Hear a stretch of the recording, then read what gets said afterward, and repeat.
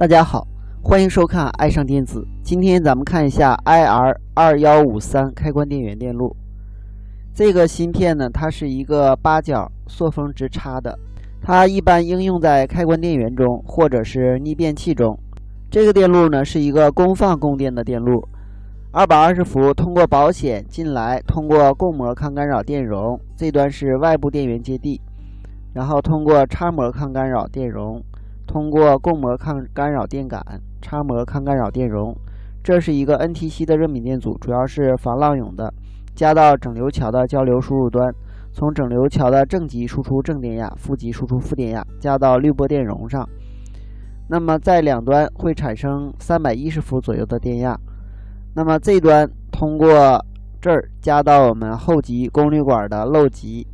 这个位置通过电阻限流加到我们这个电源供电的3极管的基极，下边有一个12伏稳压管，这个位置通过一个限流电阻加到线性稳压3极管的极电极。那么因为它的基极是12伏，所以它的发射极也是输出12伏，通过2极管给1角供电。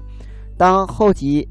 正常工作的时候，通过这个反馈绕组组成的全桥整流，然后通过这个电感，然后通过电容滤波以后给1角供电。下边这个3极管是一个过电流保护的3极管。那么很显然它的1角是供电，2角外接震荡电阻，3角外接震荡电容，4角接地，5角是下管驱动信号输出端，通过限流电阻和一个2极管。2极管的作用是当输出负半周的时候，通过2极管迅速的把长管3极的电放掉，使长管迅速截止。6角是芯片内部上管驱动管接地端，7角是上管驱动信号输出端，8角是自举升压端。这个芯片的振荡频率能够达到20千赫到100千赫，通过改变2角的电阻和3角的电容，就能够改变芯片的振荡频率。它通过内部电路自动设置死去时间，从而使上下管交替导通，不会重叠，不会使功率管击穿。当芯片正常工作的时候，5角、7角交替输出 PWM 信号，当7角输出正半周的时候，5角输出负半周。也就是说，上管导通时下管截止。当上管导通的时候，通过电源电压，通过功率管，然后通过这儿，通过开关变压器的初级绕组，然后给下边的这个电容充电。当下管导通的时候，给下边这个电容放电的同时，又给这个上边的电容充电，因为这端要充负电，然后上边充正电。上下管交替导通，从而在这个变压器上产生了交变的电流，感应给次极，产生交变的电压，通过2极管整流向后极负载供电。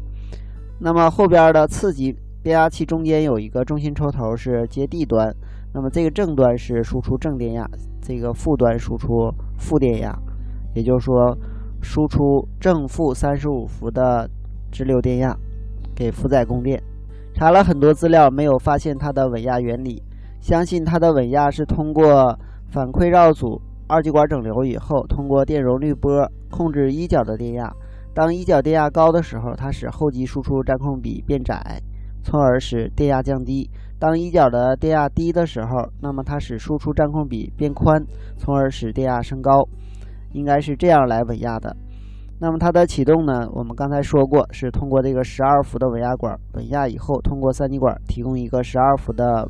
稳定电压。当后极因为后极输出电压以后，这个位置的电压高，那么2极管反偏截止，也就是说不用启动电路供电了，通过反馈绕组供电，检测这个反馈绕组的电压高低，从而控制这个后极输出电压稳定。它还有一路过流保护电路，当后极负载电流过大的时候，流经电阻 R5 上的电流也会很大，那么在 R5 上会产生压降，这端的电压会高于这端的电压，加到这个3极管 VT 的基极，那么3极管极电极向基极有小的电流，向发射极有大的电流，这样呢，它会使我们这个3角上的电压通过这个2极管短接到地。因为3角是外接振荡电容，2角是外接振荡电阻，所以这个位置的电压达到 0.7 伏时，它会使这个电路停振，从而使后极没有输出。另外呢，这个二极管这端呢接的是我们这个12伏的稳压管这端，那么很显然使这个电压降到很低。由于三极管积极电压降低，三极管的发射极几乎没有电压输出，一角电压很低。同时，这个二极管下端是0伏，这时这个发光二极管被点亮，显示过流保护，并且这个芯片呢还有一个牵压保护功能，所以说当一角电压很低的时候，那么整个芯片不工作，后极停止输出，达到了过流保护的目的。下边这个二极管 D10 是为了保护芯片及功率管的，当功率管截止的时候，变压器初级会有很高的反峰值电压，通过二极管泄放，从而保护了整个电路。好，今天咱们就到这里，谢谢大家，再见。